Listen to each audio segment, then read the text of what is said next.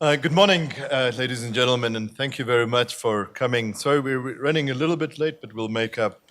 Uh, Ambassador Lin Songqian, Ambassador Dr. Mashabane, Ambassador Ntlapo, diplomats and government officials. And I must say, as I'm looking at people here, there are many more dignitaries that I must also mention specifically, but I'm going to cheat at the end by saying, and all protocols observed. And it doesn't really work when you have real diplomats because they tell you that that's not always acceptable practice. Directors of the Confucius Institute and the Center for Africa-China Studies, strategic partners of the university and the UJ Confucius Institute, civil society leaders, colleagues from the University of Johannesburg and other universities and institutions, our students, distinguished guests, ladies and gentlemen, welcome. As the University of Johannesburg, we strive to grasp and reimagine and ultimately shape the future. You may be aware that the university's Confucius Institute was initiated just over 3 years ago, but this Confucius Institute has done a number of very exciting things. We are also looking at a model CI, which is a very prestigious club of Confucius Institutes that develop globally. The Confucius Institute, through its advisory body, which is shared with Nanjing Tech, developed the entity, the Africa-China Studies Center, which was launched and with the support of the Embassy of the People's Republic of China in November last year. And very quickly, the center said, what are the scholarly activities that we must engage in that will deepen the theory that goes behind the Africa-China and China-Africa studies engagement? And in strive of that, this particular seminar series was developed, and today is the first of that series. I also convey to you regards from our Vice-Chancellor, Professor Chalitsi Marwala. And this speech is actually prepared by him, and I had to very quickly look at it because I needed to see if there were additional responsibilities that he has added on this document for me and what will be the budgetary implications of those. So I will. Of course, there's no doubt that China has emerged as one of the most critical players in the international arena today. It has done this at a very rapid pace.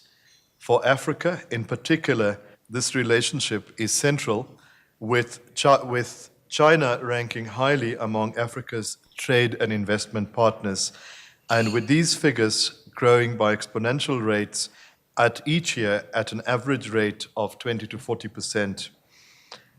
This was attested to by a delegation of over 40 African heads of state and government, as well as the African Union Commission this year in Beijing for the 7th Forum in China-Africa Cooperation Summit. The summit was actually in September 2018. And it was attended by more than 100 countries from all over the world in attendance. Also, due to the this is for a second event, which is the Belt and Road Summit. The Africa-China relationship needs to be studied and understood from a dynamic and fact-based angle. This center is therefore a hub and a go-to facility for knowledge on all matters related to the political economy of the Africa-China relationship in its many, many layers. The Center for Africa-China Studies, as I mentioned, was established in November 2018, has already gone a long way in closing crucial gaps in terms of workings, nuances, prospects, challenges, and critical enablers of the relationship, as well as many other areas which present-day scholarship has barely touched on, including the areas of the Fourth Industrial Revolution. So for those of you that are not aware, the university's strategy is to position the institution in the era of the Fourth Industrial Revolution. And the university's council this year in March 2019 has endorsed a major strategy and resourced a major strategy for the fourth industrial revolution, which is infusing aspects of technology in a multidisciplinary way across all of the university. In our journey, we engage both academia, our university community, as well as our professional support partners. Our strive of this is to develop not just academic impact, but also to develop socioeconomic impact. So the fourth industrial revolution is a major component of our university. China is among the leading countries in the related areas of the fourth industrial revolution, such as in artificial intelligence, machine learning, 3D printing, and a number of other areas. And we therefore look forward to seeing more work which will come out of this center and other university entities in regards to this strategy. The center has closed another crucial gap.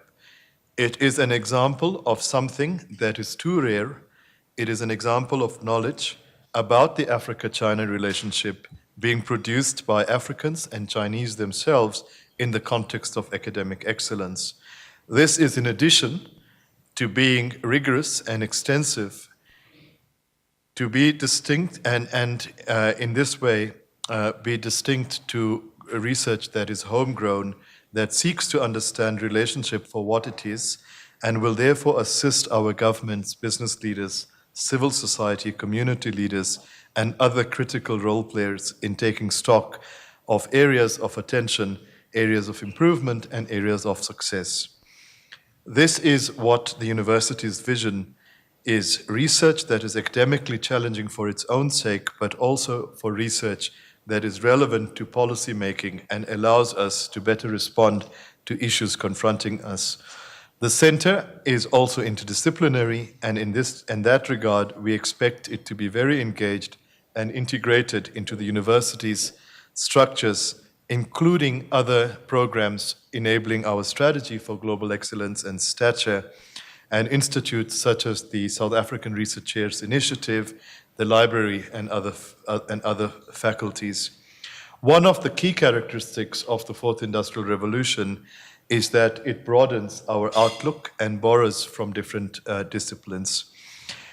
We have already seen the Confucius Institute put this in practice with seminars, including one of the outcome and future prospects of increased joint outer exploration by China and Africa in different areas of work. This was a very well-received seminar conducted in collaboration with our university's library and also the Faculty of Engineering and the Built Environment. The Confucius Institute also sent its researchers along with a professor from the School of Management for a conference in China, with the focus being on the role of the private sector in the relationship. It also facilitated the bringing in an excellent researcher from China to the Faculty of Engineering and the Built Environment, and we hope to see more work of this kind from this new center in addition to published outputs by our researchers. This all takes place in the context of the broader Confucius Institute undergoing tremendous change into becoming a model Confucius Institute. As I mentioned earlier, just 3 years later, it would be a major achievement if we're able to attain this status. And in this area, we would try to distinguish ourselves with over 500 Confucius Institutes worldwide. This shows the readiness of the Confucius Institute as well as the center to carry out difficult work ahead of itself. Ladies and gentlemen, I wish to welcome you once again to this seminar. And today we have a very important and a timely topic, and I have no doubt that this topic will be engaging. It will be an interesting seminar on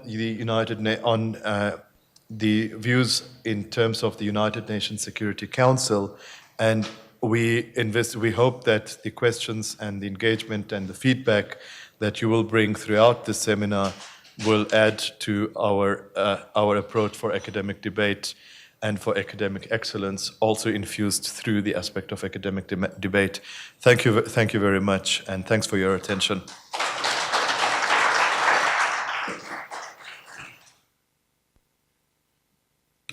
Ladies and gentlemen, my name is David Mnyai. I'm the co-director for the Confucius Institute as well as the Center for Africa-China Studies here at the University of Johannesburg. With me is my co-director, Professor Peng Ying.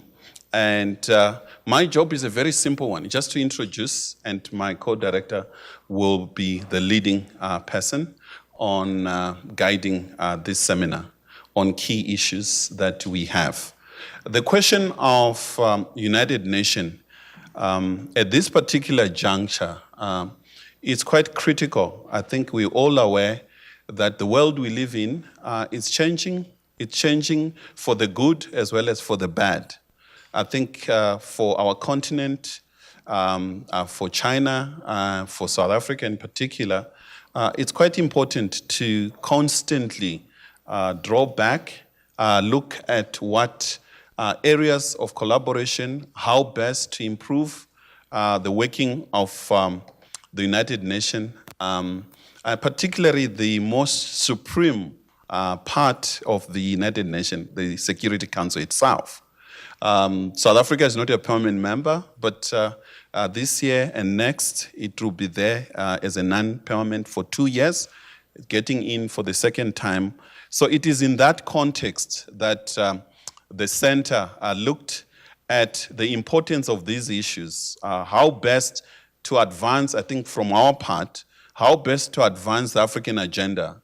Quite a number of key issues that are dependent on the United Nations, whether it's capacity building on the continent, state building, peacekeeping, and all sorts of issues. And quite recently, we had disaster in our neighborhood. The climate change, a core issue that we're dealing with. The Deputy Vice Chancellor has mentioned the fourth industrial revolution. All these issues, we don't have a world government per se. All what we have is the UN. And I think it is in that context we have the panelists, esteemed guests that are going to guide us in terms of leading what are issues we need to look at and how best. I think for us as the continent, which we are quite clear, let me use the word, we want to be part of the United Nations Security Council. It cannot be that we talk about democracy, inclusiveness, and the continent is not part to key decision-making on issues of both political and economic governance. And therefore, I think our country, our continent, and a number of leading countries in the developing world, looking at rapid change that should take place, and we're looking at permanent members. And China, it is in that context, we look at China as one of the permanent members, a very close friend, a friend of all weather, and that in 1971, we, at the continent, we helped bring China into the United Nations Security Council. And I think it is in that context, in all our partnership at bilateral and multilateral level, that conversations such as this with scholars, students' inputs, we need to speed that process for a better world. Let me invite my co-director to lead us in the very first panel. Thank you.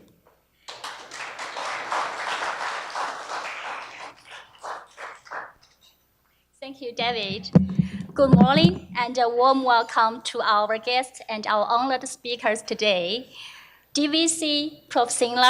Ambassador Lin Songtian, Ambassador Valerie Nathapo, Ambassador Mashabano, Dr. Ditembele Mbete, members of the diplomatic service of various countries, UJ staff, students, colleagues from other institutions, distinguished guests, ladies and gentlemen. This is our first academic seminar for the year. and the first of 5 that are still to take place under our newly established Center for Africa-China Studies. The Center for Africa-China Studies was formed in November of 2019 to be a hub of research on economic and political relationship between China and the African continent. This is a relationship that has grown tremendously in the past number of decades, and it is still set to grow even further. Institutions of higher learning have a key role to play in promoting this relationship. They help countries to gain mutual understanding, achieve the mutual growth. This is especially important at a time when the world is growing toward the fourth industrial revolution. Our Vice Chancellor Mavala has had the vision to realize that South Africa and continent of Africa vision to broadly must take advantage of the opportunity that new era will bring in order to achieve prosperity for all its people. Vice Chancellor Mavala has had also the vision to notice that African dream is also shared by other countries, especially China. As the Confucius Institute and the Center for Africa-China Studies, we have been honored to facilitate visits by Chinese scientists to South Africa, as well as South African scientists to China. This has resulted in numerous outcomes, including strategic partnership between UJ and such institutions as Nanjing Tech University and China South Central University. In this April, the UJ has also made history by being the first university outside China to be conferred an honorable doctorate on President Xi Jinping of China. The Chinese Embassy has also generously created UJ Friendship Scholarship to study PhD and master in the best universities in China. These students will begin their study in China in September, and we wish them all the best. We are also carrying on with our annual supper camp this June. We will be sending over 40 students, and last year, we have sent over 60 students. Ladies and gentlemen, we now can carry on with our program. Our first speaker is Advocate Dr. Masabano. Dr. Masabano is the Chief Director of the United Nations Political, Peace, and Security Division at the Department of International Relations and Cooperation in South Africa. Prior to holding this position, he served as South Africa's Deputy Permanent Representative in the United Nations in New York, a position he held from 2010 to 2014. In this period, Advocate Mashabano also oversaw South Africa's long-permanent membership of the United Nations Security Council. Advocate Mashabano holds an LLM in International Human Rights Law and in 2002. He was admitted as an advocate of the High Court of South Africa. Ladies and gentlemen, please let us invite the Dr. Mashabano to give his presentation. Welcome.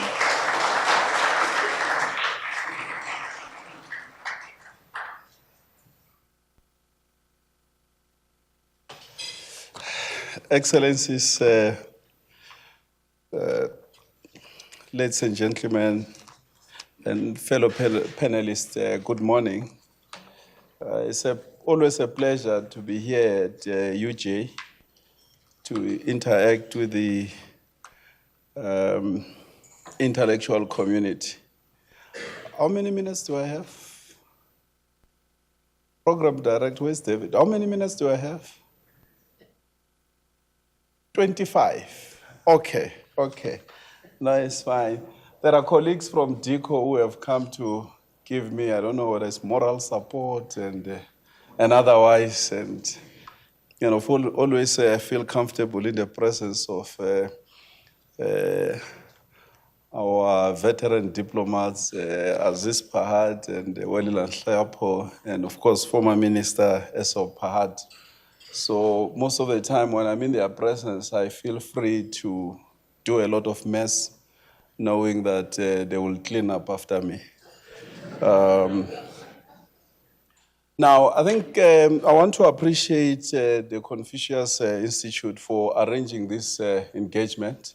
I hope that this will be the beginning of the many that we're going to have on different topics of global governance. And I think this provides an opportunity as well for strengthening of our coordination and understanding on a number of issues. We will not always agree, but I think it's always better to know that, our areas of differences and respect each other. Now, of course, this specific subject is on the Security Council. And as many of you will know, we first served in the Council in 2007 and 2008, and we returned in 2011 and 12, and we're back for the third time. So since we rejoined the UN in 1994 until now, this is the third time we're serving in the Council. And of course, China has been in the Council from the 70s, the People's Republic of China. And I think the point that David mentioned is very important, that the leadership of this continent, the late President of Tanzania, Mwalimu Nyerere, and former President of Zambia, Kenneth Kaunda, were at the forefront and led a charge for China taking up the permanent seat and replacing Taiwan. And I think this is very important that we mention this point. And so that on some of the issues that I will raise here, we have that understanding. Now, I think before one deals with the Council specifically, I think it's important that one just reflects that in the past terms that we have been in the Council, we must admit that we have had a good and excellent working relationship with China. The second time we just joined BRICS, and I remember there was a concern from our colleagues, particularly from the P3, that there was likely going to be a gang up of the BRICS because India, Brazil, and South Africa were in the Council at the same time, so you had a BRICS bloc. I must say that there was no decision from BRICS at the time that we should have a coordination and have coordinated common positions. So we didn't coordinate as such. But I must mention that coincidentally, on almost all issues of principles, our position coincided as BRICS without necessarily, of course, having coordinated. And we did make this point that there wouldn't be any gang up against any P3, but it will be issues of principles. You will have seen recently on the extension of MINUSO, that's the UN mission for referendum in Western Sahara, South Africa and Russia abstained from supporting the resolution. And I told my colleagues that I know the thinking most of the time from our colleagues from the West is that this is some form of BRICS influence or Russia influencing South Africa. And I clarified that this is not the case. It just happens that coincidentally we'll look at issues more or less the same way. And in this case, of course, it was only Russia and South Africa. It was not any other BRIC country. China was not with us. Now, I must start by saying that we all know that the system of global governance and multilateralism in particular is under a very serious strain and under serious attack from big powers in the world and big players in the world who will not necessarily want to be patient with the system and have collective decisions taken. And I think this is an important space for both South Africa and China, that as we serve together in the Council, we prioritize the strengthening of the system. We prioritize the defense and the protection of multilateralism. For us being a small country, we cannot afford to somehow, ignore efforts aimed at taking the rules. The only assurances and protection we have is if the multilateral system works. That simply means that in order to deal with global challenges, we must have collective efforts. It cannot be the mighty and the strong who take decisions that only favor their national interest. So as China grows and becomes this power, we'll be very happy to work with China in terms of protecting the system, in terms of protecting the rules and the principles that have, over the past 7 decades, anchored the system. So the respect and the promotion of international law, particularly the rule of law, is very important for us. And we hope that as we go forward, these are issues that, broadly speaking, we can, with China, work together on. Second to that, of course, is the centrality of the UN in the whole system of global governance, and particularly in multilateralism. The UN today, with all its weaknesses, with all the challenges the UN faces, it remains the only most representative institution we have. So to an extent, it has become a de facto world government. Now, the UN itself is not perfect. There are many things that must be done. That's why we believe that as we deal with the transformation, the fundamental transformation of the system of global governance, that the UN has to be prioritized. The organization is almost 3/4 of a century old now, and unfortunately, it happens to be one of those institutions one knows of in the world that has not necessarily adapted and transformed itself to be more relevant to today's world. As you will recall that when the UN was formed in 1945, the world was completely different from what it is today. There were few states, only 3 African states were represented in San Francisco. That is the then, government of South Africa, Egypt, and Ethiopia, and I think Liberia as well. But now you have the membership of the UN is made up of more than 30% of African states, and many other things. I mean, the membership quadrupled from 1945 to today. And the issues as well, the UN ordinarily, when it was started, the whole idea was about a security organization. Even though ultimately there was an acceptance that you needed to have ECOSOC, you needed to have the other principal organs that we currently have. But the main original idea was more about security after the end of the Second World War and the failure of the League of Nations. Now, we need to drill down together with China into dealing with this reality and say, in our call for the broader reform of the Security Council, I mean of the UN in general, but Security Council in particular, what do we specifically deal with? I mean, since 1994, there's been a call from this part of the world, from the continent, for the reform of the UN broadly, and particularly the Security Council. So on the reform of the Security Council, China, of course, supports the call of Africa, but we need to deal with fundamental nitty-gritties and details of how we drive this process in a manner that people do not lose their patience. Because our view is that this process has been going on for some time, over the past 30 years, and there's not been any significant progress. So it's one area that we think we need to.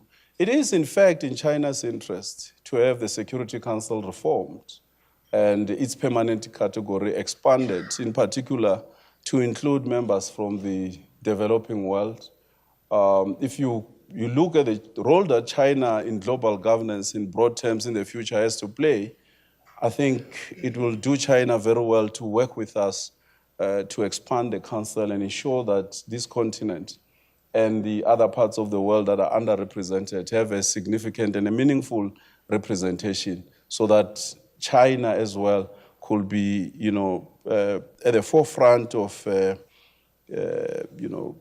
defending the interests of the of the developing countries and the countries of the South. Now, insofar as the Council is concerned, I think we have been consistent in the past 2 terms, and I think we are continuing to do that, to say our primary motivation for serving in the Council is to advance the African agenda. And what do we mean by advancing the African agenda? We know that if you look at the agenda of the Council now as we speak, you predominantly have a lot of items coming from the continent. And as you will know, the past few decades, the political leadership of this continent had taken a conscious decision when the OAU was transformed into an African Union to set up an African peace and security architecture. partly to make sure that the challenges of this continent are dealt with by the leadership of the continent. In spite of the fact that the UN is a global organization, the Security Council and the charter that we signed gives the Security Council preeminency insofar as matters of international peace and security are concerned. However, the AU Peace and Security Council itself, over the past few decades that it has been in existence, it has proven its worth and its ability to deal with some of the challenges. So if you broadly look at those issues, our concern has always been that people who were not necessarily privy to the conditions and the dynamics in the continent were taking decisions that may not necessarily have been relevant to the conditions in the continent. And our point was always that we acknowledge the role that the Council has to play, but there must be a space for a contribution of the continent. And that's when we discovered Chapter 8 of the UN Charter, that in fact the writers of the Charter had a foresight, were visionaries in terms of providing a framework in terms of the Charter that takes into account that sometimes in the future, you may have regional organizations that also play a role in the same space that the UN is playing. And they provided for a cooperation between the UN and regional bodies. And then we became interested because, generally speaking, the AU is one of the foremost organization that easily, and it has been proven over the years now, that cooperates with the UN compared to the other. We understand, of course, the EU and others do cooperate with the UN. And for that reason, then, we thought we needed to explore that Chapter 8. And the first time then when we were in the Council, we passed the Resolution 1809, which talks about cooperation between the UN Security Council as well as the AU Peace and Security Council. Now, this was a fundamental shift, and both politically and ideologically, because it was not an issue that, even though was being spoken about, that could be taken down to the level of the Council. Now it has become a binding resolution of the Security Council to say that whenever the Council deals with matters from the continent, the Council should seek at least to get a contribution from the African Union. And we did the same in 2012. We passed another resolution, 2033, which sought to strengthen the first resolution. And these two resolutions legislatively have now mandated the two councils to meet on an annual basis, to look at the agenda, particularly on issues that are coming from the continent. And I must say here, we thank China because ideologically and in terms of principles and policy, China has been sympathetic and it has been very supportive to us. But beyond that, even in terms of the agenda items, be it on DRC, Mali, Sudan, in broad terms, those missions that are mandated by the Security Council in the continent, China has been one of the few countries that have had an understanding that you need to hear the views of the African Union. So in this respect, we always appreciate it when the AU Peace and Security Council meets and issue communiques that expresses clear positions of the continent. When the summit meets or whatever task team that a summit will set up on a specific subject, like the team that deals with Libya, when they meet and take decisions, and those decisions are transmitted to the UN. So whether we're in the Council or not, we always have the expectation that China will join us in calling for consideration of those decisions that are taken. And particularly learning from the experience of what transpired in Libya, that in spite of the decisions that the AU summit and the high-level group of the heads of state that was mandated to deal with Libya, there was NATO, of course, preferred at the time to act contrary to what was the call of the continent. So we just hope that that's one of the practical situations that going forward, working with China in the Council could be, appreciated by the other members. Now, linked to that, to this whole concept of AU-UN cooperation, is UN peace operations in the continent. For years, the budget is declining now, but 2 years ago, the UN budget on peace operation reached a peak of about 8 billion rands.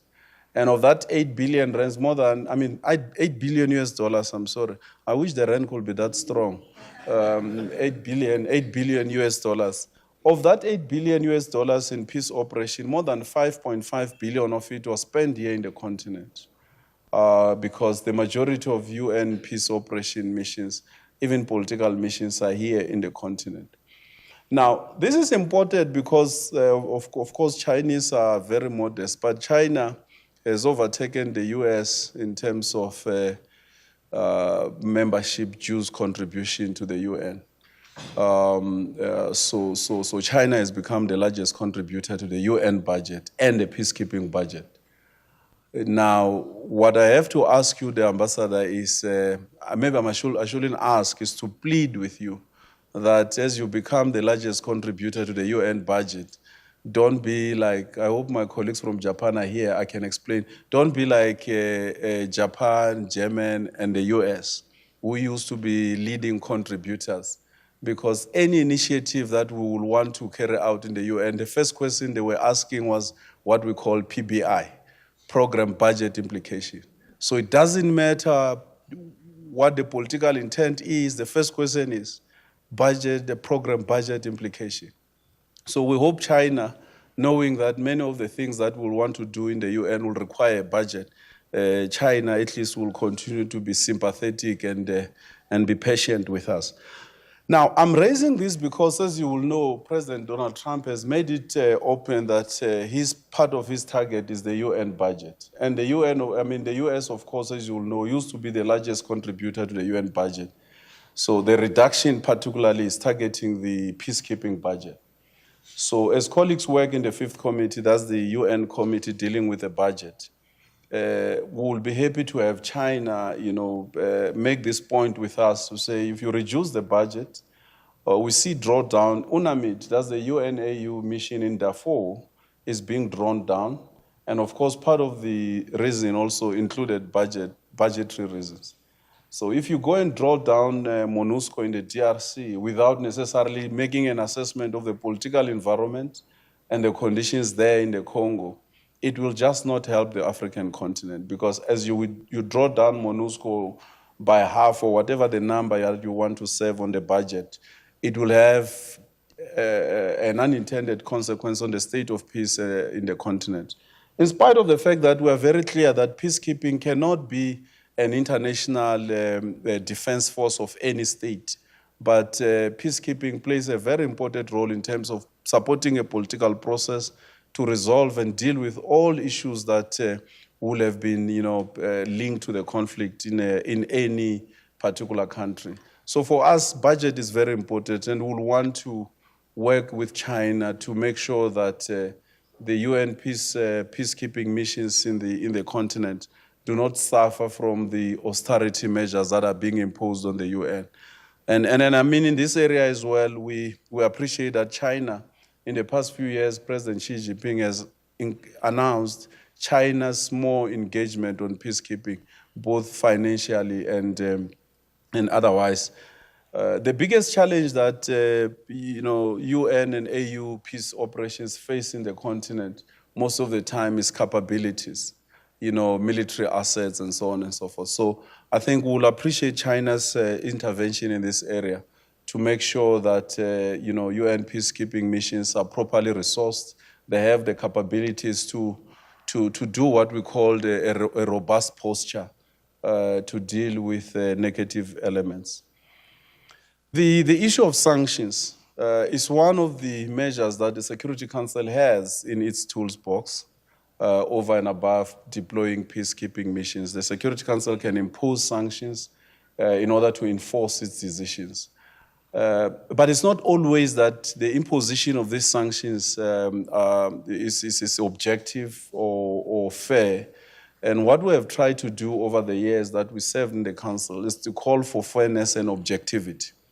Because part of these sanctions include listing of people, travel bans, and freezing of assets.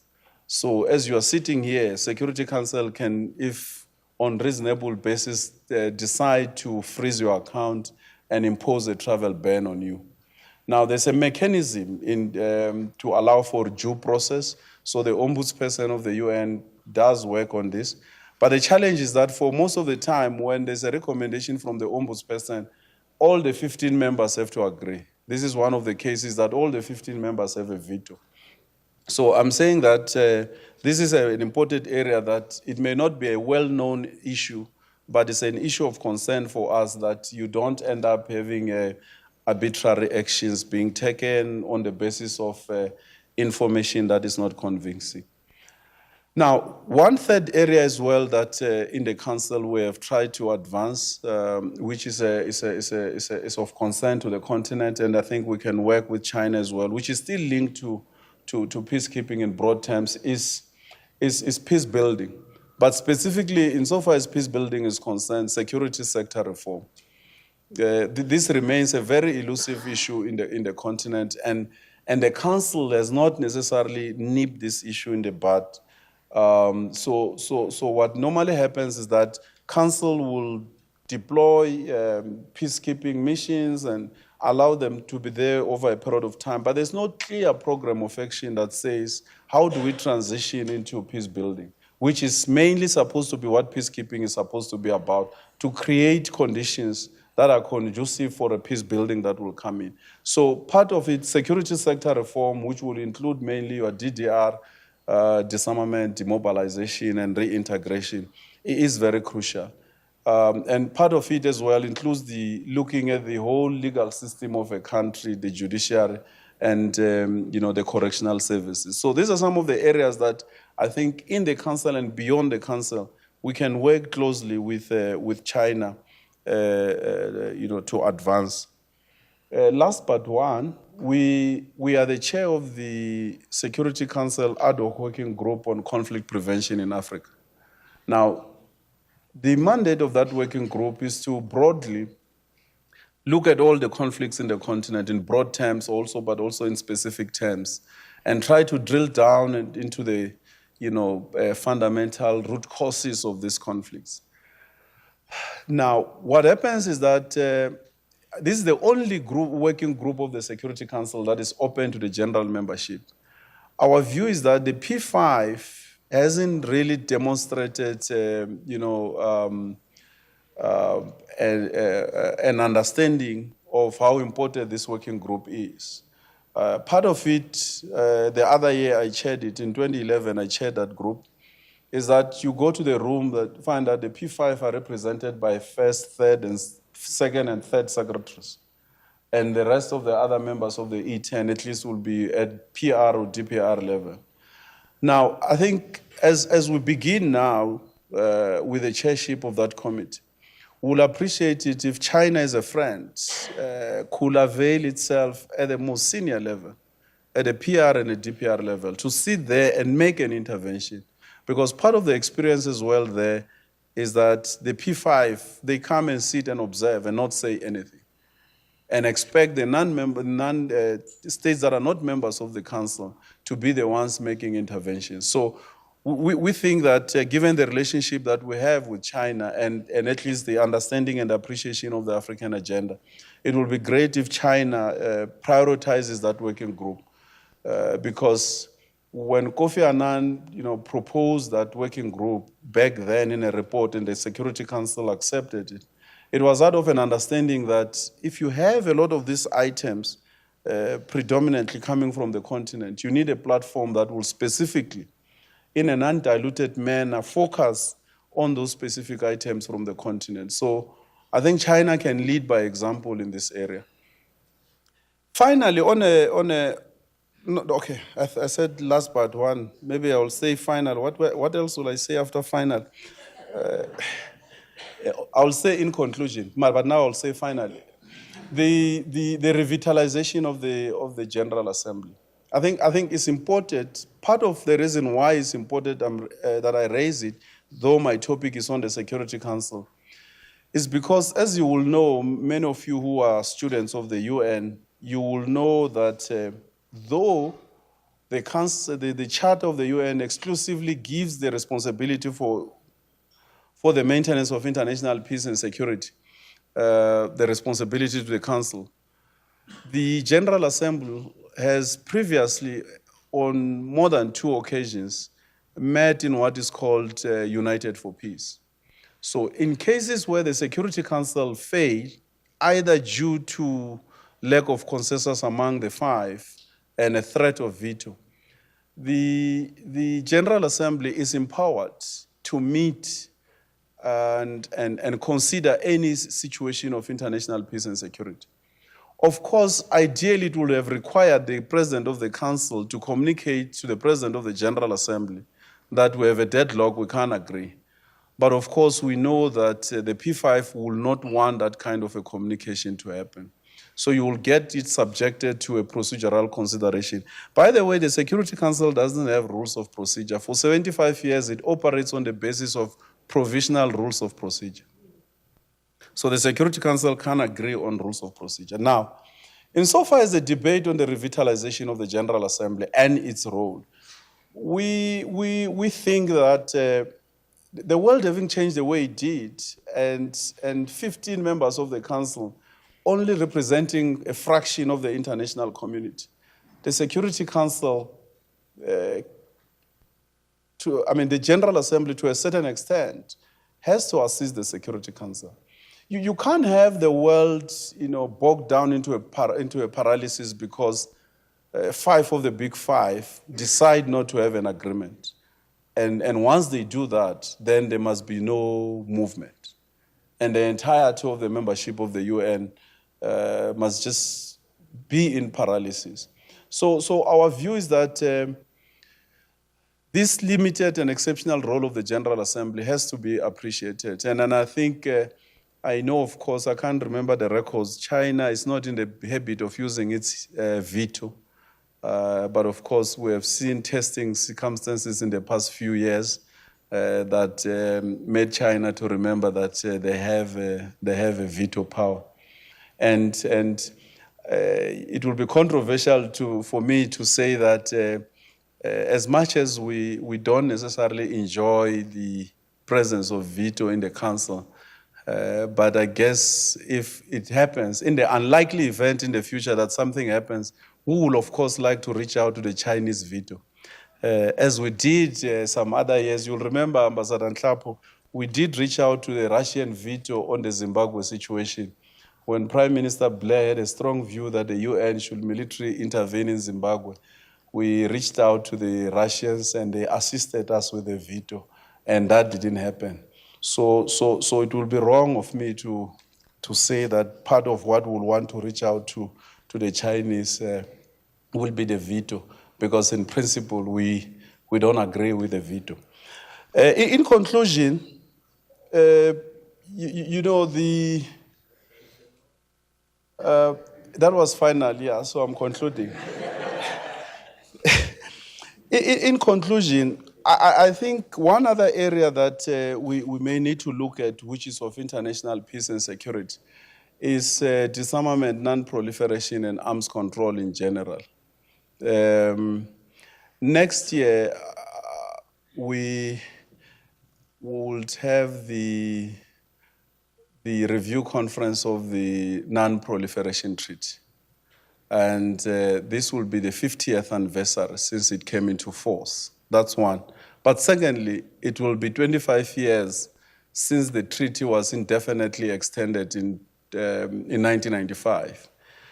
And so former Foreign Minister Nzo played a critical role at that conference because it was agreed when the conference was adopted that the conference was going to be in force for 25 years. So 1995, a decision needed to be taken on whether the NPT, this non-proliferation treaty, will come to an end or be indefinitely extended. And of course, the view of South Africa at the time, just 2 years after the dismantlement of the nuclear capabilities that South Africa had, was that the NPT needed to be indefinitely extended. And there was an understanding there. As you will know, the NPT rests on 3 pillars. One is disarmament, the other is non-proliferation, and the third is peaceful use. So every year the treaty has to be reviewed, it has to have an outcome. Now, unfortunately, in 2015, there was no agreed outcome. Part of the reason was because the nuclear weapon states, which unfortunately, which I don't know whether to say fortunately or unfortunately, China is. I know, of course, China doesn't have many nuclear warheads compared to the others. So 80% of the nuclear warheads are shared between the US and Russia. But granted, I think it's not much about the number.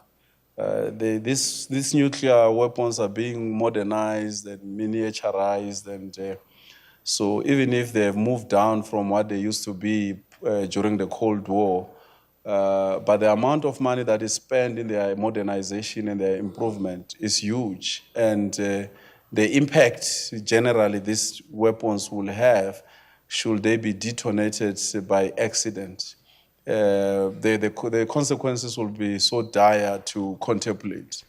I think Fukushima, Hiroshima and Nagasaki will look like was a picnic now, but the reality is that they exist.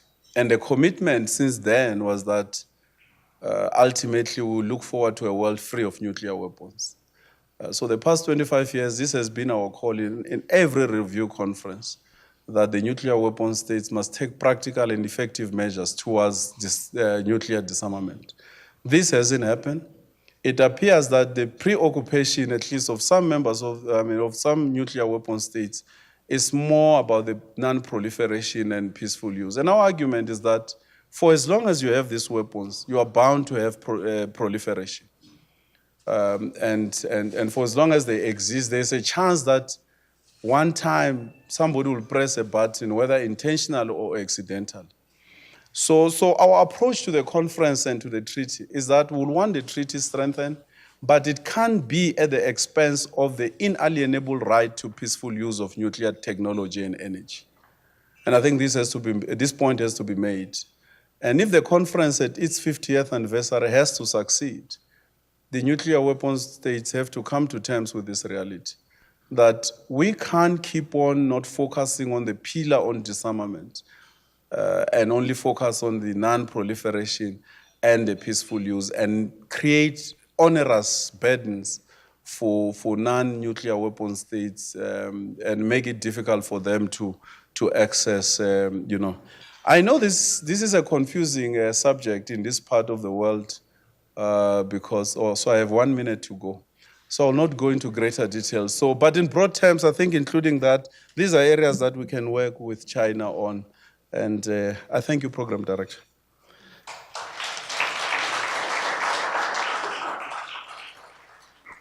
Thank you, Mashabane. Ladies and gentlemen, it's my honor to introduce His Excellency Ambassador Lin Songtian to speak on the program about China and United Nations Security Council. Ambassador Lin joined the Chinese Ministry of Foreign Affairs in 1986. He became a counselor in Ambassador of People's Republic of China to Republic of Zambia from 1999 to 2002.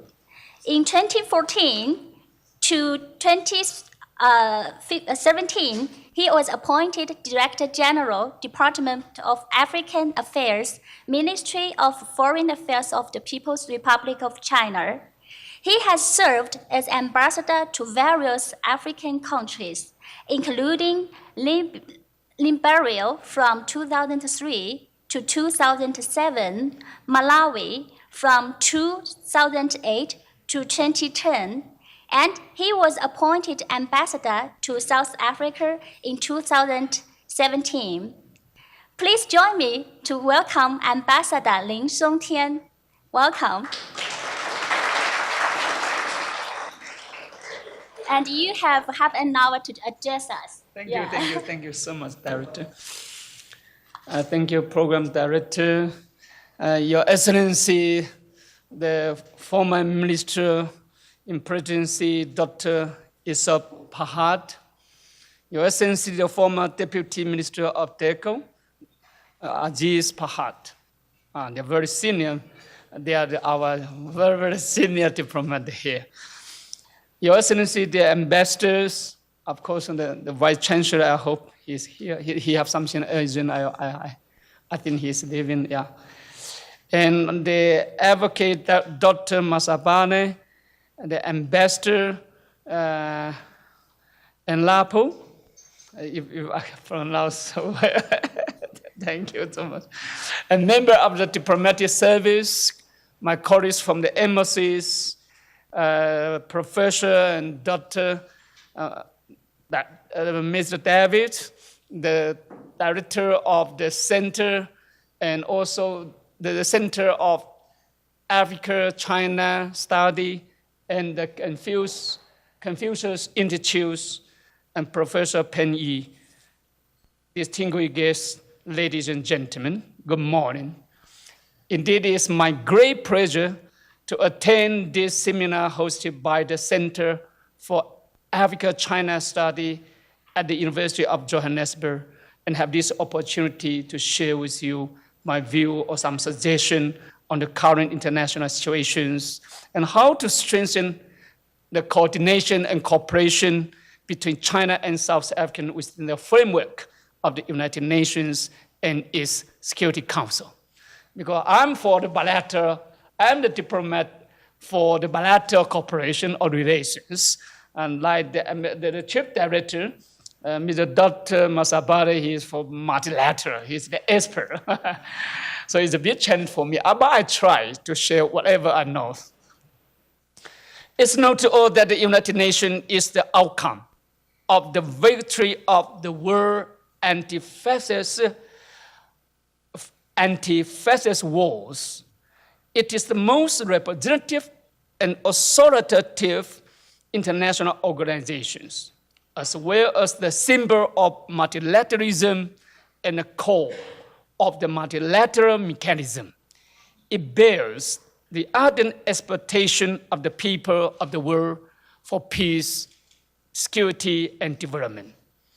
Over the past 74 years, based on the three pillars of peace and security, development, and human rights, the United Nations has played an irreplaceable role in promoting human progress. In today's world, with the profound changes of market polarization and economic globalization, social informatization development, cultural diversity, and the lingering risk challenges of the geopolitical hotspots, terrorism, and armed conflicts, the growing multilateralism, unilateralism, protectionism have severely impacted and challenged the existing international order and global governance system. The world needs a stronger United Nations more than ever.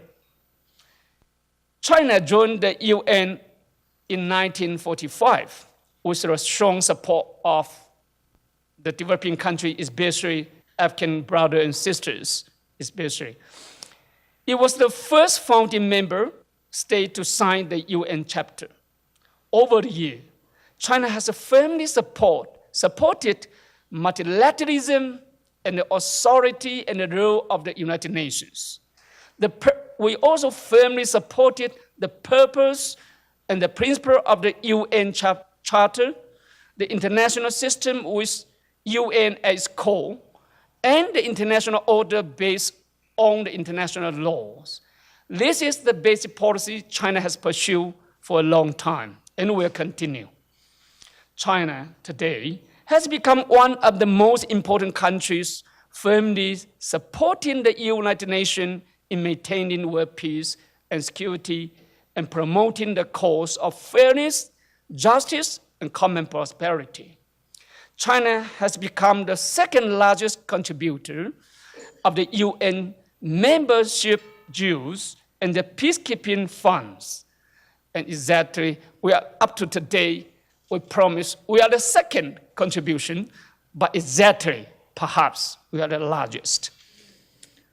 In 2019, China's contribution to the United Nations rose to 12.01% of the total, and its contribution to the peacekeeping mission fund jumped to 15.22% of its total, the second to the United States.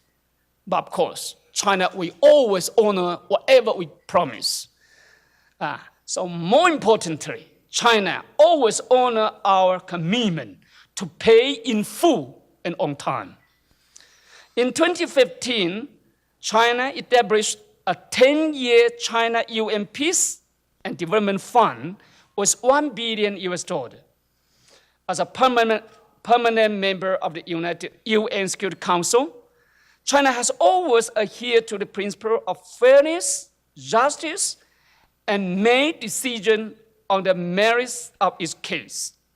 China will never forget that it is our African brothers that helped China restore our legitimate seat in the United Nations. China's vote in the UN Security Council will always belong to Africa. And this is why we are very close to use the veto power. But when the AU made a decision, we have no hesitate to use, don't worry. But and this vote of China in the UN Security Council always belongs to Africa and all the developing countries, and is committed to safeguarding our common interest. On the regional hotspot issues such as serious Iranian nuclear issues and African issues, China has always put forward constructive proposal and play a unit role and push for political settlement of dispute. China is the largest contributor of peacekeeping forces among the P5 of the UN Security Council. Over the past 28 years, China has sent more than 37,000 peacekeepers to the UN peacekeeping missions and operations in the world. And most of them come to this continent. At present, China has more than 2,500 peacekeepers on the different UN peacekeeping missions, and most of them in this continent. At the same time, China has taken an active part in escort operation in the Gulf of Aden and the water of Somalia. But sometimes, unfortunately, we try to do some more. Now we send the escort fleet in the Somalia water in the Gulf of Aden. Of course, we have the fleet patrolling in the sea. We need the logistic support. So we always cry to somebody in that area. But finally, His Excellency, the President of Djibouti, requests China to have the logistics supporting the base there. And we suppose it's very necessary for us to keep our escorting fleet in the sea. So we built the logistics supporting center, something like that, the facility, something like that. It's not the base. But when we built that one, American together with the West. So China now have their military base overseas. So if we do more, they don't like to do it. And if China do something, they would like to say China do something bad. They have more than hundreds of military bases in the world. No one argument. And in Djibouti, that's a small country. American, French, Italy, Japan have the military base there. And we just have the military logistics facility. And they said, China, we are all ready to send the army to take over.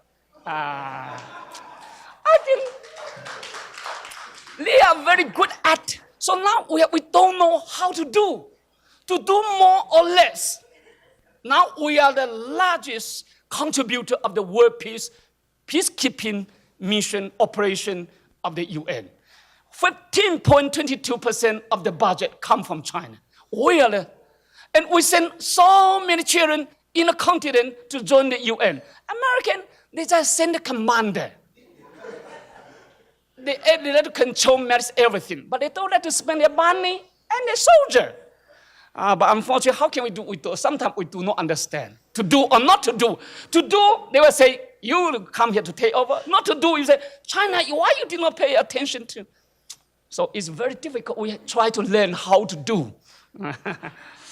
So China adheres to the path of peaceful development. peaceful development and tailor it in achieving the UN Millennium Development Goal. Over the past 40 years, China has lifted nearly 800 million Chinese people out of poverty, accounting for more than 70% of the global total. China has set up a good example for the cause of human rights and made new contributions to the world development. Since 2008, China has contributed more than 30% to the world economic growth, more than that of the all developed countries, including the United States, Europe country, and Japan combined. I think sometimes people do not appreciate if China did not maintain stable and get developed. Now sometimes I imagine the European Union, they suffer from the global economic financial crisis. And if China will also suffer, of course, if China will make chaos, a country economic decline, who will buy their car? Who will go there to import? Every year China will buy about $2 trillion from the world. So sometimes the people did not appreciate the huge market. If China survives those countries from the financial and economic crisis. In the field of non-traditional security affairs, China has played its part as a major country in the fields of climate change, counter-terrorism, and non-proliferation, and actively fulfill relevant international responsibility, obligation, and made its due contribution. On the international front, the President Xi Jinping of China elaborated on the important concept of building a community of shared future for mankind at the UN podium in 2015. This is an inheritance and distillation of the purpose of the UN Charter. The Belt and Road Initiative, put forward by His Excellency President Xi Jinping, which advocates win-win cooperation for common development, has also been adopted in the UN General Assembly resolution. Sometimes people do not understand. Of course, I'm happy to say, you see, my president, he advocates the call on the whole international community. We are living in one group, in one village. We have no choice. We have to work together for the win-win cooperation for common development. I'm very proud to say up to today, only one country, less than 2 countries, did not agree and join us to build the Belt and Road. But now more than 150 countries plus 92 international organizations already signed the agreement, MOU, with China. Let us work together to build a community of a shared future for mankind. That is the future for us to go together. Ladies and gentlemen, Africa is the continent with the greatest concentration of the developing country and has a great potential for development. We all always recognize this country is a potential for the growing and development in the world. Sometimes I love to say, Africa has been rising. Not only is it rising, because last year, 16 countries have more than 5% of GDP growth rate. Ethiopia used to be the very poorest country in the world, but now they have become the fastest growing country in the world. They already enjoyed double-digit growth rate for more than 10 years. Last year, their GDP growth rate come to 10.7%. I'm very proud. All these achievements just because most of them come from China. The cooperation from China. You go to Ethiopia, no American, no European Union, no Japan. All the law built by China. And they say we go there to create a death trap. They are lying. Whoever wants to get their country sustainable development, they have no choice. They have to start it from infrastructure and human resources development. I'm proud to say, wherever you travel in this continent, most of the infrastructure, the newly built infrastructure built in the continent, except this great country, because you are quite good. Most of them from China and go to Addis.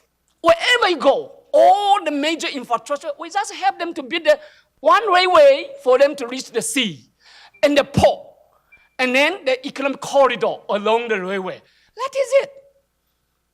They cost some money, of course, from China. Based on our mutual trust, based on our assessment of the potential in that country and this continent, we are happy to work together with them. So sometimes the people like to say China come here to create a trap. And however, traditional and non-traditional security issues in some part of the continent are intertwined at the present. African-related issue accounts for 70% of the UN Security Council agenda. Ethnic conflict, terrorism, cross-border organized crime, poverty, unemployment, refugees are the prominent changes.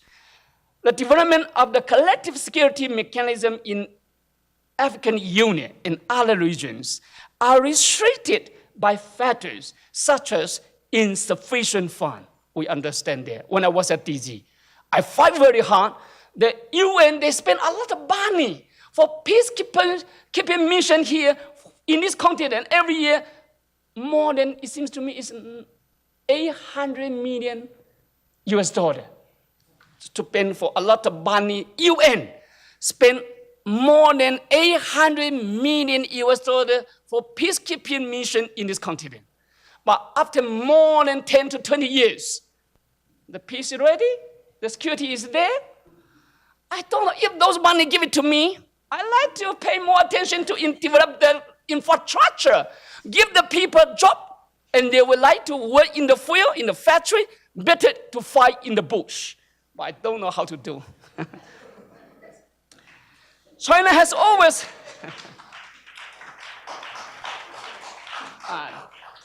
China has always supported the effort of African countries and the people in pursuing peace, stability, development, and prosperity, and is committed to supporting Africans in achieving two things only, in our views.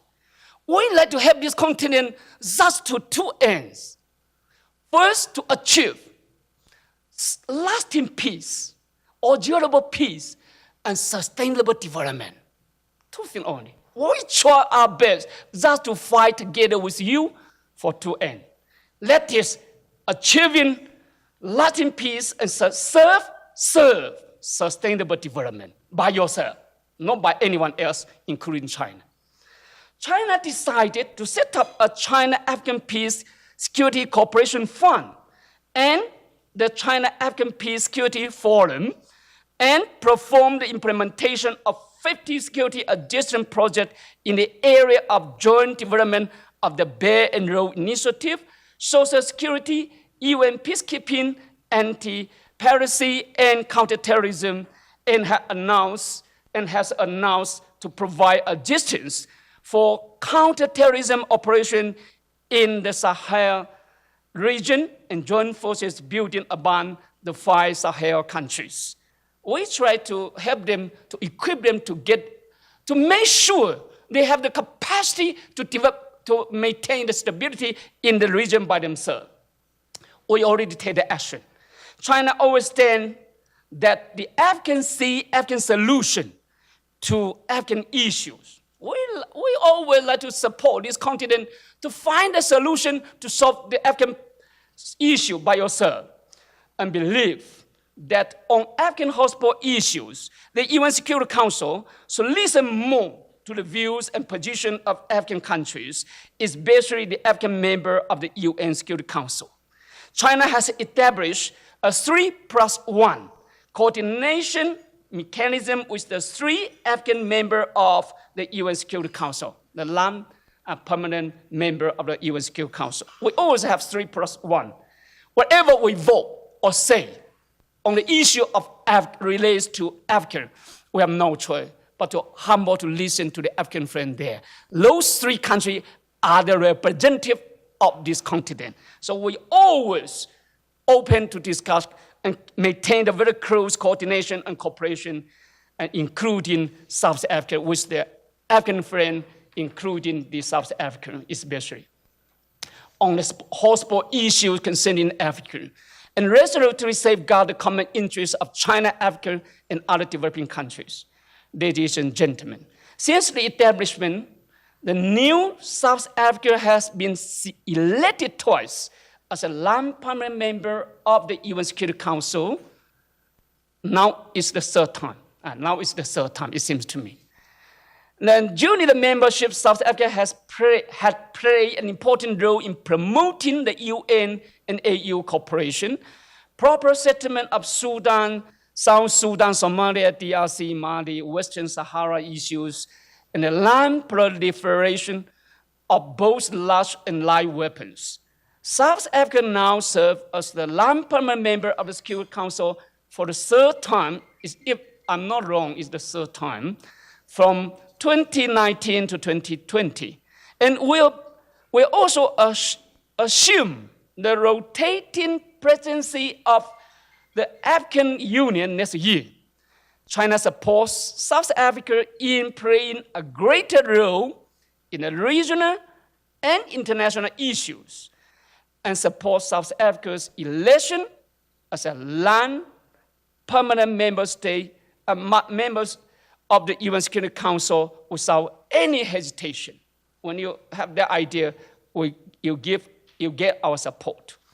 Since becoming a non-permanent member of the UN Security Council in January this year, South Africa has upheld an objective and just position in the deliberation on the regional and international issues, and actively guided the Security Council to play a constructive role, which is very commendable.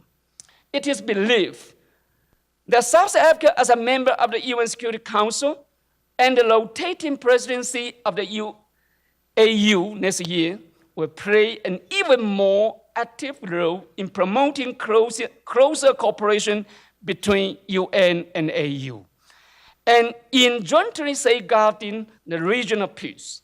China and South Africa, both as a big developing country and emerging market, have broad common interests and same or similar position in various areas of maintenance of world peace, fairness, justice, and promoting common development.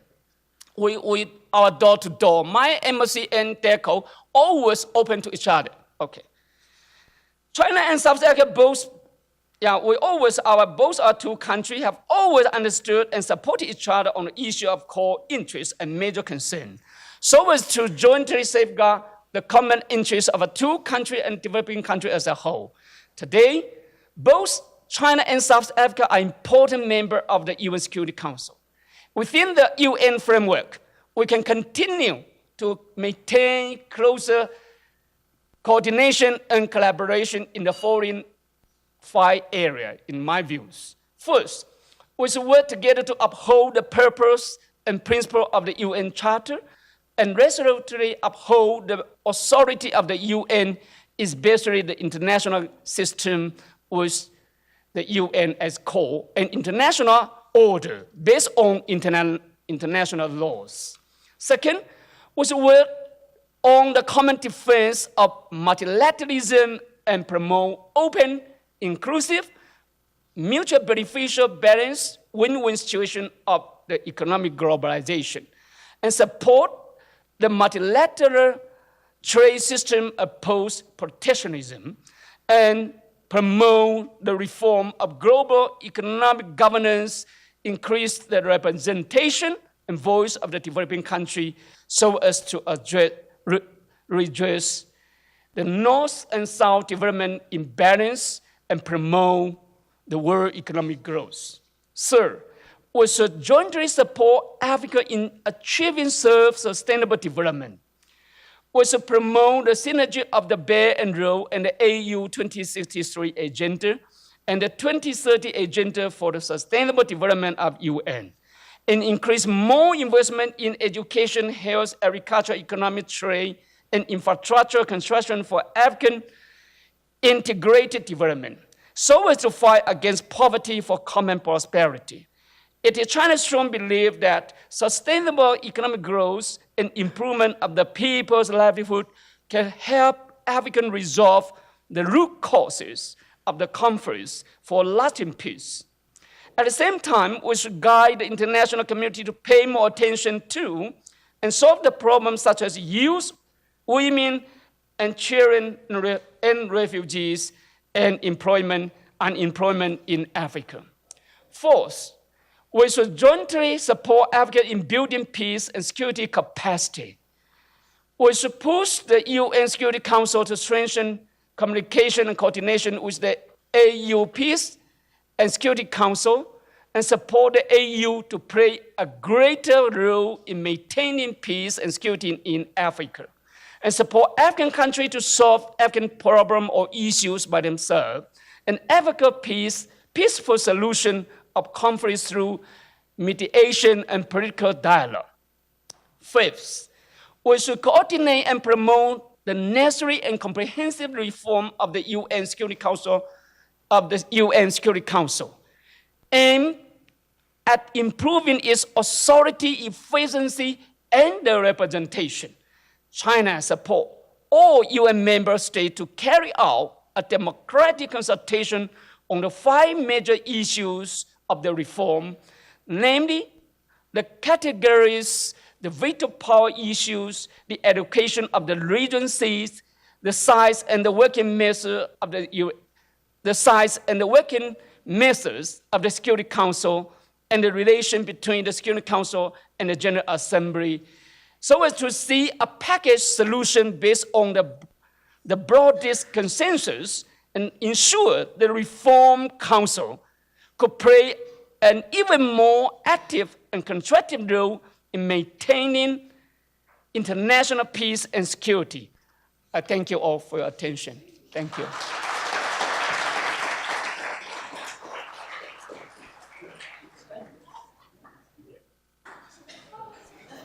Thank you, Ambassador. It seems that 30 minutes is not enough for us.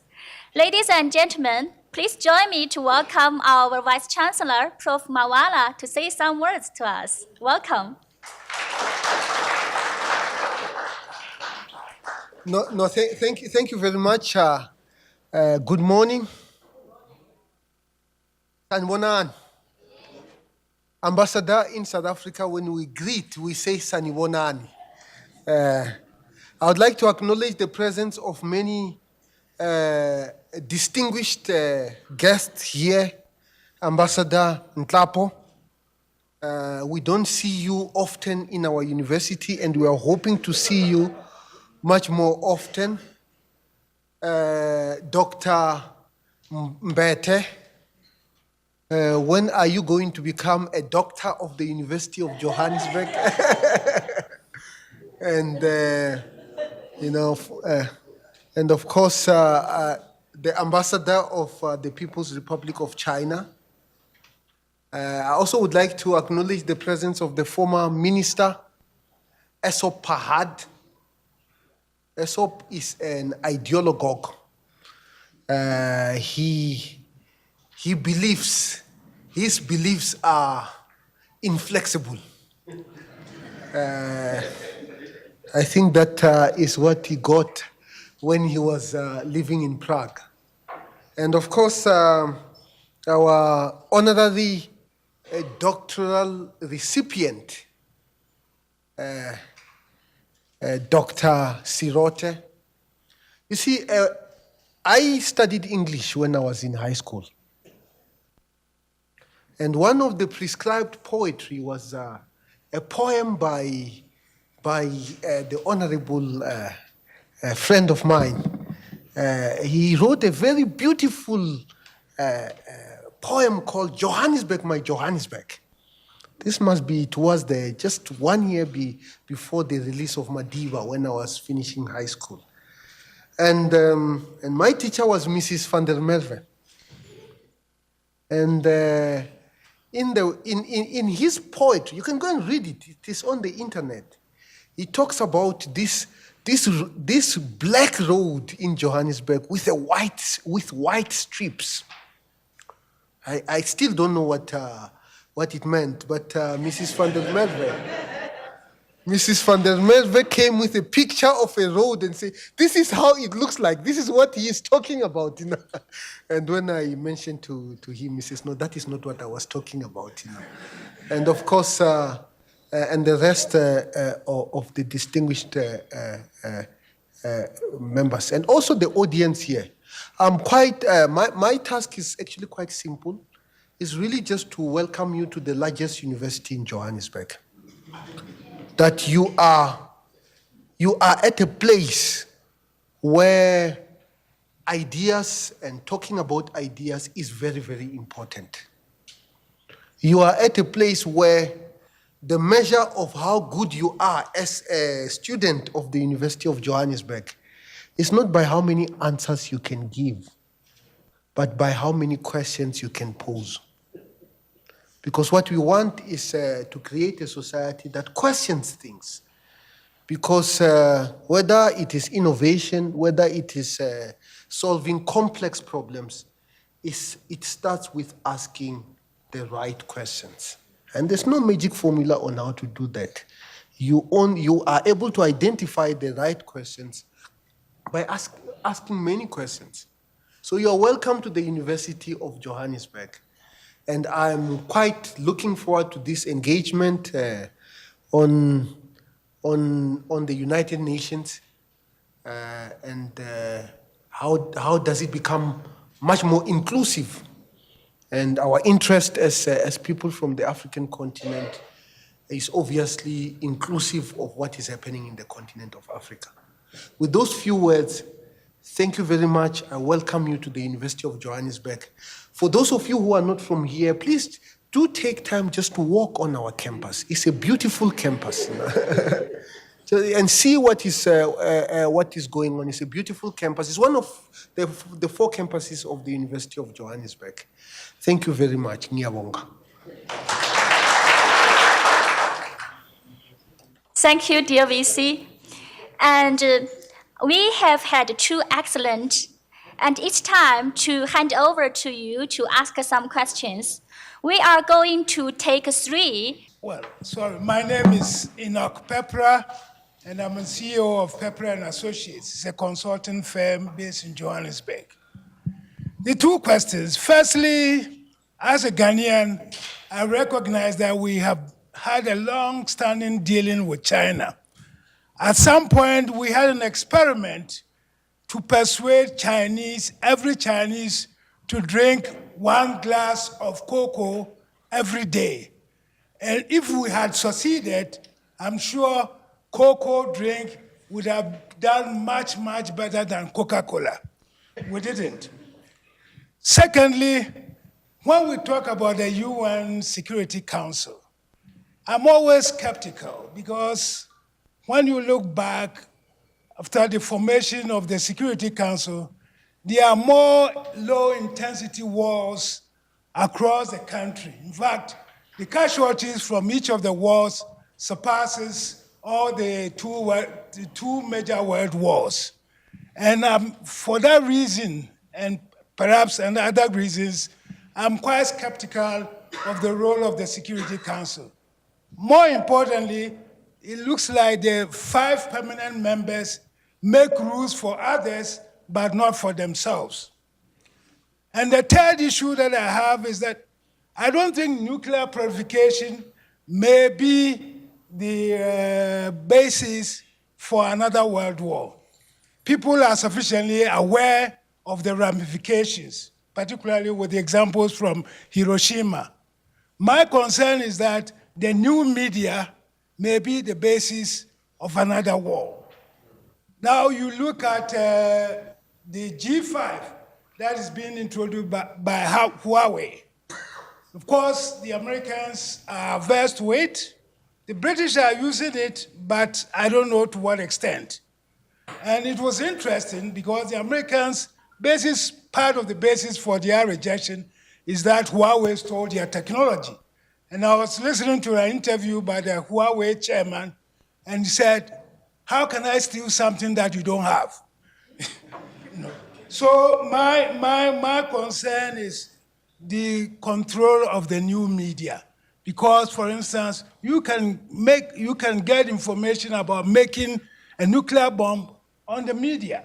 So it is important that we regulate properly the new media, because that may be the avenue for a world war. Thanks.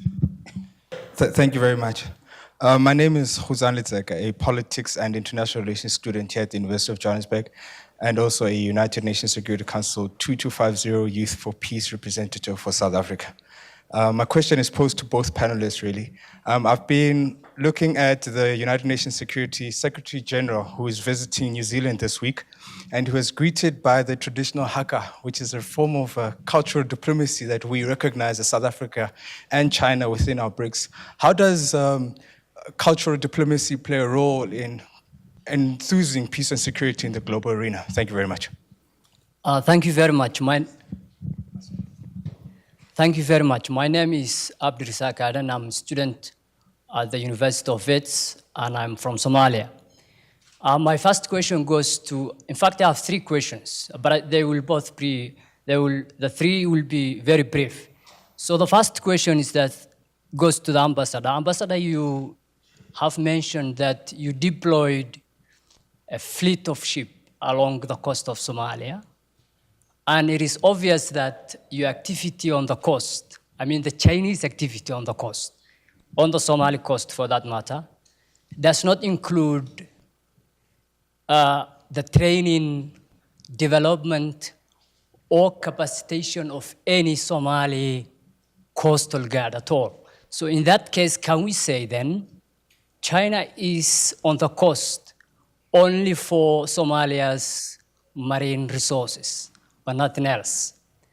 The second question is on the base that you have in Djibouti, despite, given the geopolitical interest of China and the competition between China and America along the Gulf of Aden, of which the Somalia is the center, how is your base different from the American base in Djibouti, which its activities mainly on bombarding Somalia on the pretext of the war on terror? So is there a difference between, is it not only the two superpowers fighting over the African coast?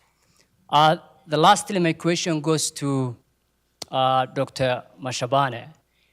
You have talked about teaming with China to protect the global system. In other words, protecting the international laws.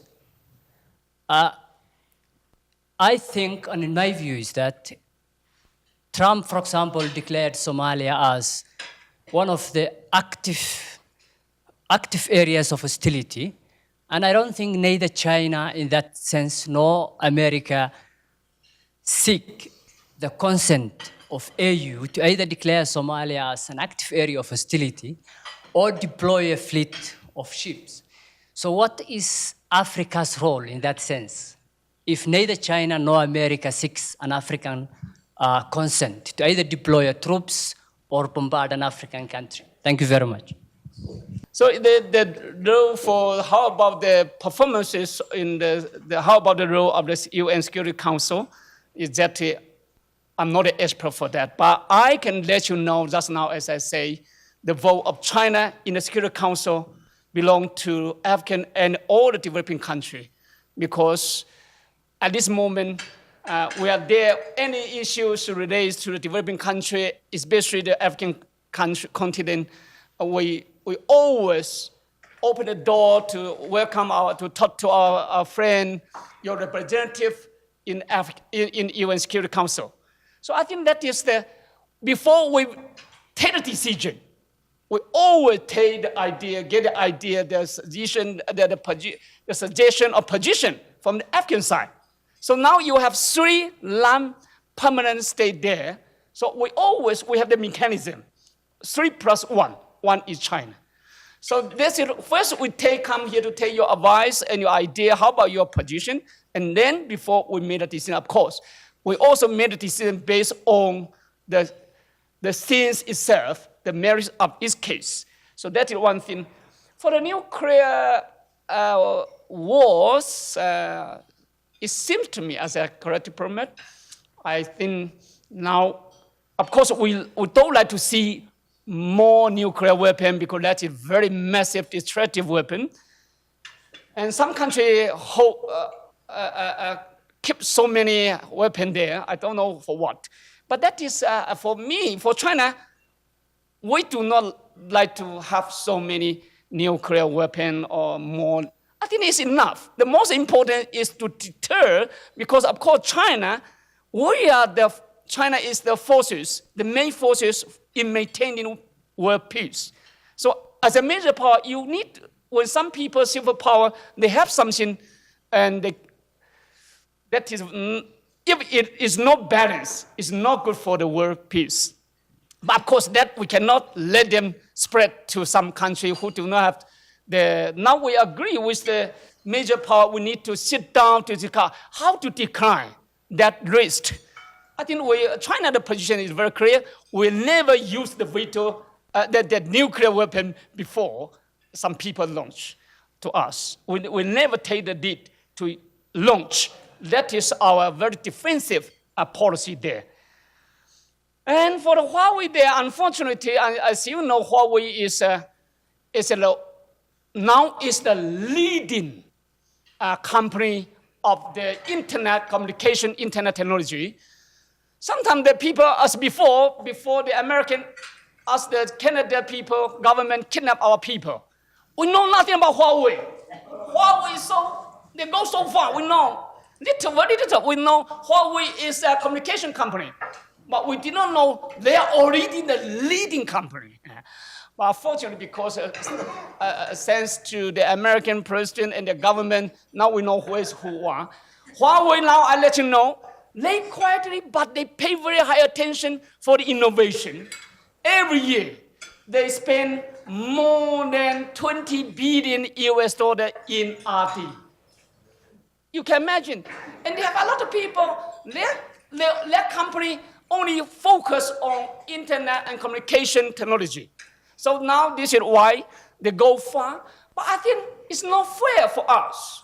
We always humble to learn from the West, from the American, humble to learn. But now we are about to jump over it. But they not allow us to jump over it. They kidnap our people there. Hire people there. But he can kidnap a lady.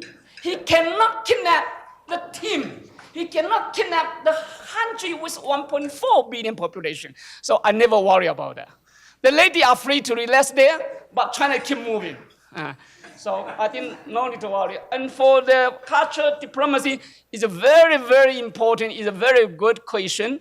Now that is the shortcoming, it seems to me, in our bilateral relation between China and South Africa and China and Africa, because this area, most important, because we know, we always call, we are the brother and friend together, but we know very little each other. What we know each other through the internet or the books written by the West. We know each other through the very thing, but unfortunately now, I'm so sorry to say, it's a bit change to us. I try to create a lot of scholarship from my government or from the investor from China. Now, I offer 30 scholarship to 25 scholarship to this university. But up to today, I only received 12 applicants to apply to China. Because why? The people, sometimes they say, first, China is not developed. Second, Chinese language, Mandarin, is very difficult to learn. My dear, you have to meet that challenge. When you have the mother tongue of English, and if you know how to speak Mandarin, you are free to do business with more than 70% of the total world population. I think to learn Mandarin is very cheap. Just learn Mandarin, and then you're free to travel around the whole world to do business with the whole world. And if you don't know the Chinese Mandarin, how can you know our culture, our behavior, our history, and how can you benefit from the largest consumption market? We have 1.4 billion population, 5 people in the world, 1 more Chinese. Now I'm happy to tell you among this 1.4 billion, we already have more than 400 million income population. The population is the market. The market is huge. So I hope we'd like to open for more scholarship. We hope more students from Joburg University or some university in South Africa to go out. We are not perfect. We are not developed. China is not a perfect country. It's not a developed country, but it's a promising country. I can assure you, we are going. So the cultural diplomacy, that is a new area we work together. And we can, this is what like, I'm very happy. We appreciate so much the Vice Chancellor, Professor Mavala. He is the pioneer, believe me. He traveled to China so many times, he knows where we are going and what we are doing here. So now we have a lot of program already. I'm happy to see now we already have the first Center for African-China Study in your financial and economic hub in Joburg and Pretoria. This is the first center. And you also have the first Confucian Institute. So he had the great idea. He already goes so far. He is the first AI doctor degree holder. So he knows the world. The world is going. So I think I'm happy we can start it from here, and that is the area we are fighting for. For Somalia student, I hope you one day, in this continent, our concern, now China is one of the major players in this continent in 2 areas. One is peace, one is development. For peace, no stability, no development. Don't worry. That is your country. You go back. When I was at DZ, my ambassador asked me to give him the project to be implemented there. And I said, I'm sorry, I cannot give you money to fund the project because my Chinese people cannot go to the field. The ambassador car have the bulletproof. And how can I give donate all the car with the bulletproof? That is very costly. So peace and stability is the key for the national development. So China, I'm very happy, very proud that the first time we take that decision to follow the call of the UN Security Council to send our Navy fleet to travel to make sure to escort the commercial merchant ship, whatever the ship, not only for China, whoever the merchant ship in the ocean, in that water of Somalia to the Gulf, Aden, right? In that area, because a lot of ships from Asia to Europe have to pass by that water. So UN called us to send the fleet to patrol. And I'm so happy we already prevent a lot of piracy attack. And now that we have been there for more than 5 years already, more than 5 or 10 years, I forget the years, several years already there. And if a UN Security Council insists we need to be there, we'll be there. So China now is I can tell you why we send there. Now first, we have the capacity. Second, we also need the safety, the safe in that corridor, in the ocean corridor, because why China has become the largest trading partner to more than 100 countries in the world.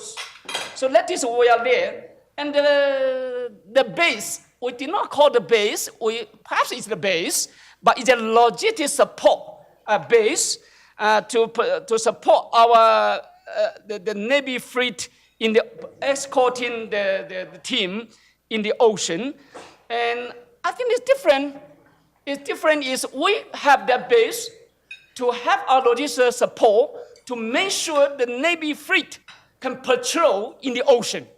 And I hope that in the future, perhaps China, in my idea, if you want to help this continent to achieve lasting peace, you need more international partners to get involved.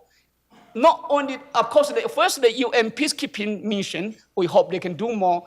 Second is the AU peacekeeping mission. We like even they like to have your own army, or the regional military bases, the forces. You will get our support. And finally, we are also ready to do more in capacity building, or we can do something if at the request of the African continent, we will do something for peace, and security, but not come here to take over. China we never have that record or DNA of the Chinese people and government to invade any country out of country. We never take any interest of their territory in the world. 600 years ago, the Chinese Navy fleet arrived in Somalia, Kenya, and Mozambique already, and Tanzania. That is Zhenghe. That we have the very strong fleet 600 years ago. At that time, is no American. We already come here. But we did not take over. We did not stay here. We come here for friendship. We come here to exchange the trade. That is the things we are doing. But what's the difference between China and the West, the military base there? You are the people who have the right to say. I thank you.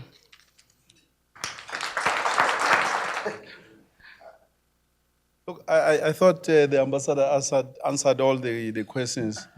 In fact, I've never done bilateral work, but I'm fascinated and convinced that that's the best you can do in diplomacy.